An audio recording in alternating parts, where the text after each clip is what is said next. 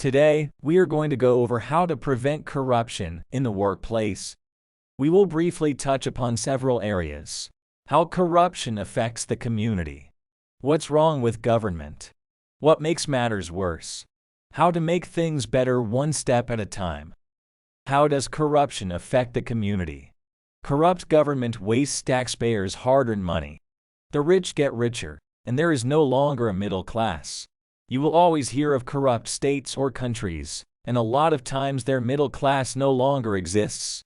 It's the extreme rich and extreme poverty. To continue to fund corrupt government, taxes must continue to increase. The higher the taxes, the less take-home pay.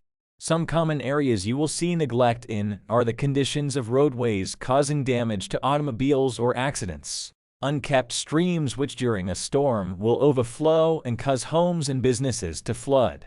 Increase in crime rates and no increased consequences to fit the crime. Common problems in government is not have any accountability. There is never a system in place to track projects showing where funding is going. You would expect with technology that government would have systems in place to track public services and how it's being funded. However, some of these basic tools are created poorly to continue to fund large corporations to keep reinventing the wheel. Any accounting or viable business knows where every dollar is spent.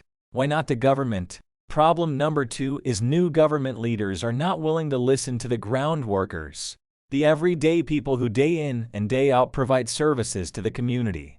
When they complain, someone needs to listen. Ground workers have everything to lose when they complain or bring up issues.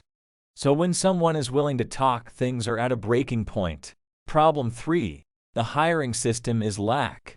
Nepotism continues, bringing in unqualified personnel, people they can easily control. What makes matters worse with a few of the problems we mentioned early is when no one wants to listen and decipher ongoing issues.